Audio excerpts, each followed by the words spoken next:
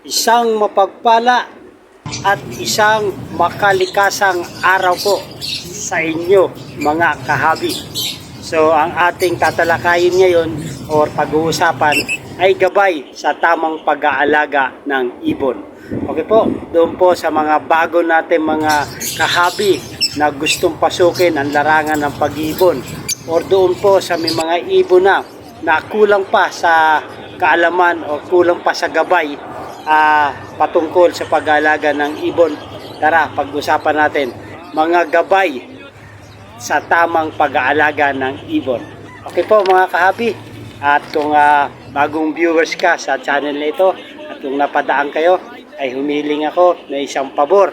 Pakisubscribe po ang ating YouTube channel, Olen Aviary at iba pa. Okay po, so yun po ang ating pag-uusapan sa araw na ito mga kahabi. Okay po, so let's go. So mga kahabi, so gabay sa tamang pag-aalaga ng ibon, yun po ang ating pag-uusapan natin. So alam naman natin na maraming kapamaraanan ang pag-aalaga ng ibon. Ngunit baka sa tingin natin ay tama na yung ating pag-aalaga, pero meron pa palang mas tama doon sa inaakala nating tama sa patungkol sa pag-aalaga ng ibon. So nais ko pong ibahagi sa inyo ang mga gabay or makatulong man lang sa tamang kapamaraanan ng pag-aalaga ng ating mga ibon.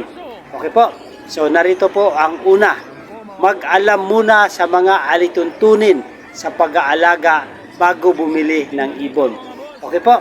So kung sa mga baguhan nating kahabi na gustong pasukin ang larangan ng pag-iibon, so kung tayo po ay bibili ng anumang uri ng ibon, so alamin po muna natin ang mga alituntunin sa pag-aalaga ng bago ng mga ibon. Okay po? So ano po yung mga alituntunin? Okay po?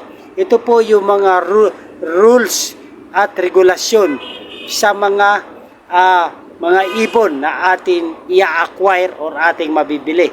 So alamin po muna natin kung anong klaseng ibon ang ating alagaan. Ito po ba ay endangered species o yung itong ating mabibili ay okay lang na alagaan kahit walang papel, or ito po ba ay kinakailangan ng i-process para maging legal ang ating pag-aalaga ng ibon. So yun po muna ang mga alituntunin na dapat nating malaman bago tayo bumili ng ibon, o yung tinatawag sa English na research. I-research po muna natin ang ating mabibili or matitipuhang alagaang ibon. Okay po mga kahabi, so yun po ang kinakailangan bago tayo bumili ng ibon. Mag-research muna tayo at alamin natin ang mga alituntunin sa mga pag-aalaga ng ibon. Okay po mga kahabi. Yung pangalawang gabay sa tamang pag-aalaga ng ibon, ito po yung alamin ang batas ng bansa ukol sa pag-iibon. Okay po? So kung meron na tayong napiling ibon, ay alamin natin kung ito ba ay napapabilang sa batas. Ano ibig natin sabihin? Kung yung napili nating mga aalaga ang ibon, ay ito ba ay nasasama sa endangered species? So kung nasasama ito sa endangered species, merong batas po rito para tayo ay pahintulutan na mag-alaga ng ibon na ating napili. Ito yung Republic Act 9147 o yung tinatawag na Wildlife Resources Conservation and Protection Act. Okay po? Ito yung an act providing for the conservation and protection of wildlife resources and their habitat, appropriating funds therefore and for other purposes.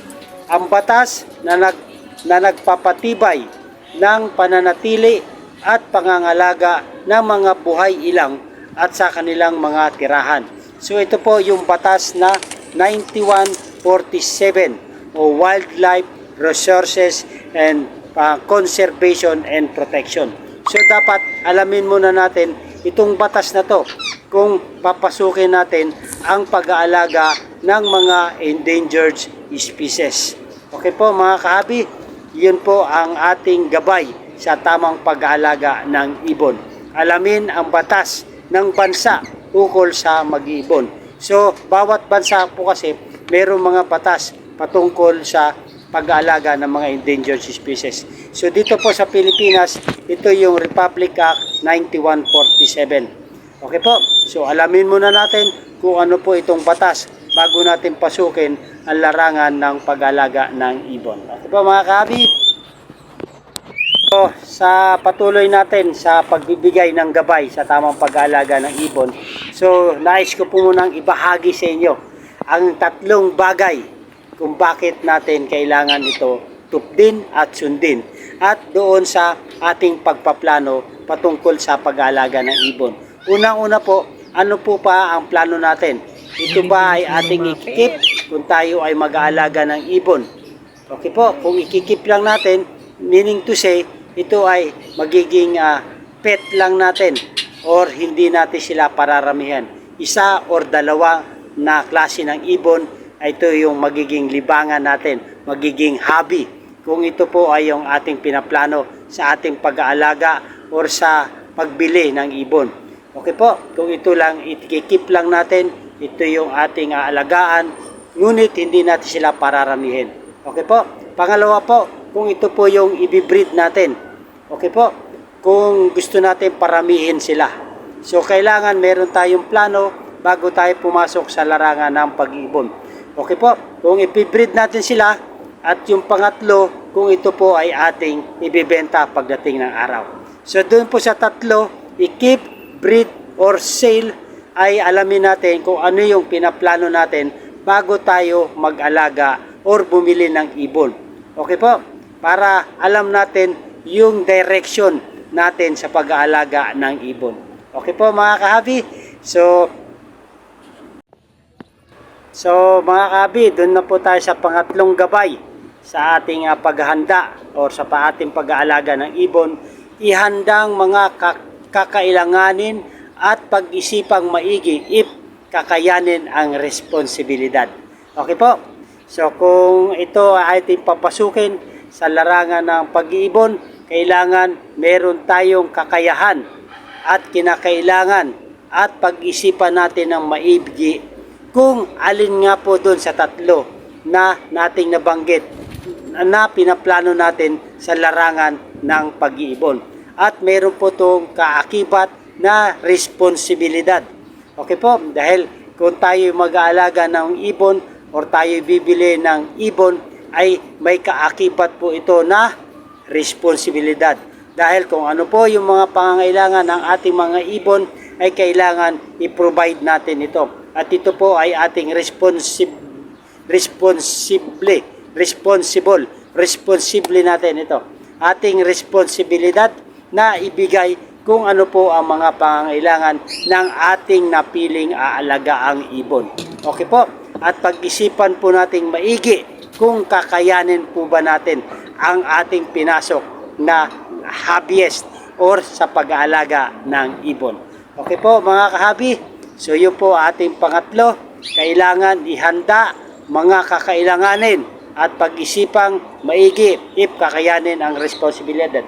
Ano yung kakailanganin? So, pag bumili tayo ng ibon, kailangan meron din po yan cage. Okay po? Merong location. So yun po ang kakailanganin. Pag bumili tayo, kasama dyan ang feeds, vitamins. Okay po?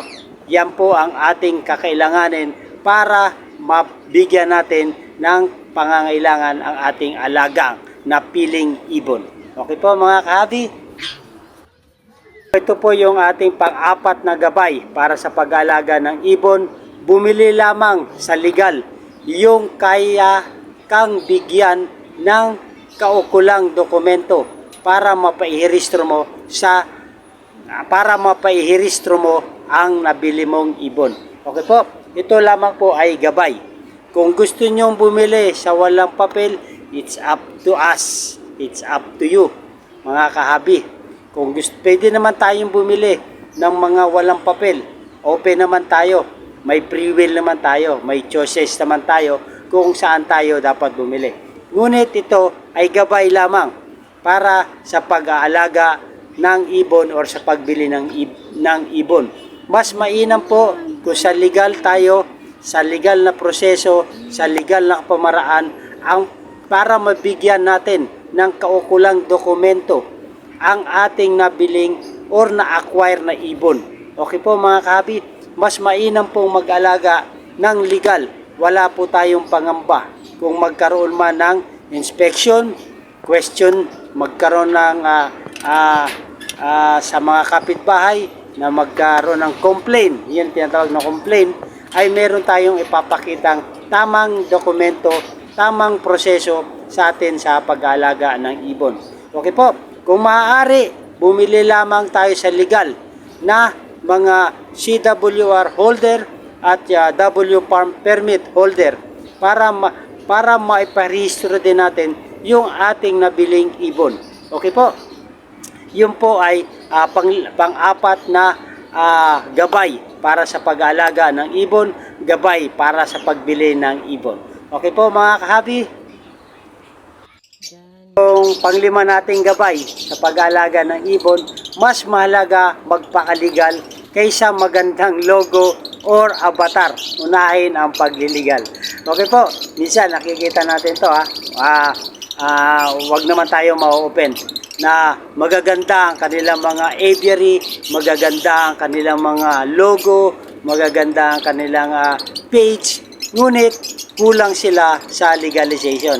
Okay po, so dun sa mga kahabi, sa mga walang papel ay hindi ko naman kayong sinisiraan. Okay po yan, wala namang problema. Yung sa akin lamang po, sa site ko ay yung gabay lang naman po. Gabay lang. Doon sa mga gustong magpakaligal, sa gustong mga baguhan na kahabi natin, na gustong pasukin ang larangan ng ganitong klase ng pag-aalaga ng ibon, ay ito'y gabay lamang po. Hindi ko inioobliga ang bawat isa na kumuha ng mga CWR or W permit. Nasa atin na po iyon kung saan po tayo lulugar. Basta yung sa atin ay gabay lamang.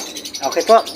Advice or payo or konting suggestion para sa legalization sa larangan ng pag-iibon. Okay po mga kahabi, mas maganda po mag-alaga ng legal para wala po tayong pangamba sa darating na panahon. Okay po? Ayan po ay isang paalala bilang isang mag-iibon din po. Okay po, maraming po salamat. So, panghuli na pang-anim na gabay ay ito medyo nakaka-open pero tanggapin natin ang katotohanan. Huwag maging garapal pag ikaw po ay makikisuyo. Matutong makisama, huwag maging abusado at maging magalang. Okay po? Yun lang po ay ating advice, payo, mga concern sa ating mga mag-ibon. Dahil tayong mga mag-ibon, dapat po ay tayo meron na paggalang sa bawat isa. Meron tayong mga respeto sa bawat isa. Okay po? Misa kasi doon tayo nagkakaroon ng argumento kung wala po tayong paggalang o respeto sa kapwa nating mag-iibon. So, wag po tayo maging garapal sa mga transaction natin.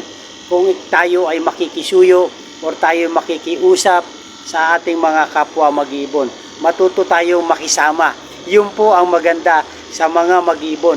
Matuto tayong makisama sa kapwa nating mag-iibon. Sa mga baguhan man ito na hindi pa alam ang larangan ng pag-iibon, so makisama po tayo. Turuan natin sila, i-explain natin kung ano yung tama, kung ano yung ikaganda sa ating mga ibon. Yun po ang maganda sa samahan ng mga mag-ibon. Huwag po tayo maging abusado. Okay? Huwag din tayo mapagsamantala. Yun din po ang maganda ron. Bigyan natin ng tamang presyo, tamang karapatan ng bawat isa sa ating mga mag-iibon. Okay po? Huwag natin abusuhin yung mga baguhan sa mga ganito. Ay marami tayo nakikita at nababasa sa mga page, Facebook regarding sa mga kapwa mag-ibon. Minsan hindi na po magandang tingnan sa kapwa nag-iibon ay nagtatalo patungkol sa maliit na bagay. Okay po, tayo ay mga mag-iibon, tayo ay magrespetuhan.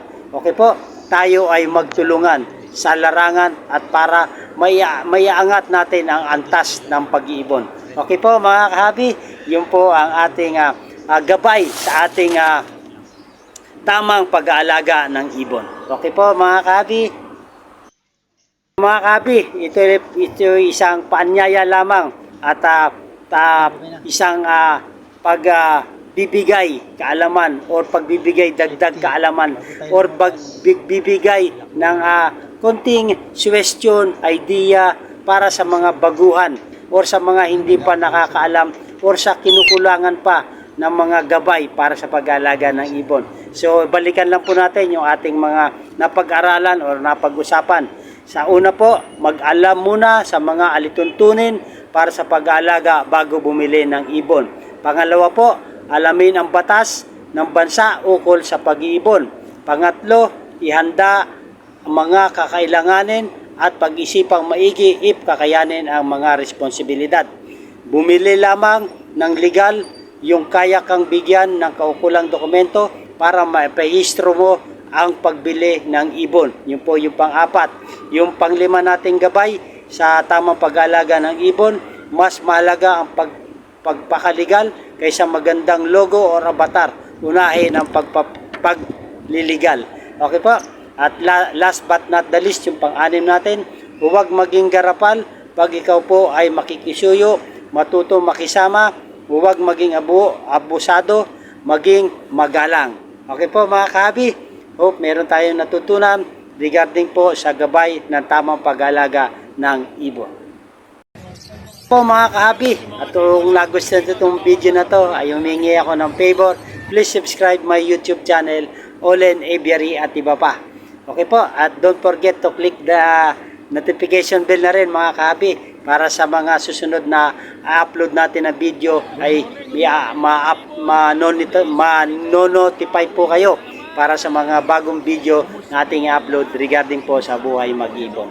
Okay po, itong ating topic natin ay unsolicited advice po. Hindi po ito karapat-dapat. Ito po ay hindi naman kinakailangan na sundin, pero advice lang para sa mga ating mga kahabi na buhay mag-ibon. Okay po, at maraming salamat. Maganda ang buhay pag may alagang ibon sa ating bahay, lalo na kung ito po ay nasa tamang gabay, nasa tamang proseso at nasa tamang dokumentasyon ng ating mga ibon. Okay po mga kahabi, mabuhay and God bless. Thank you for watching.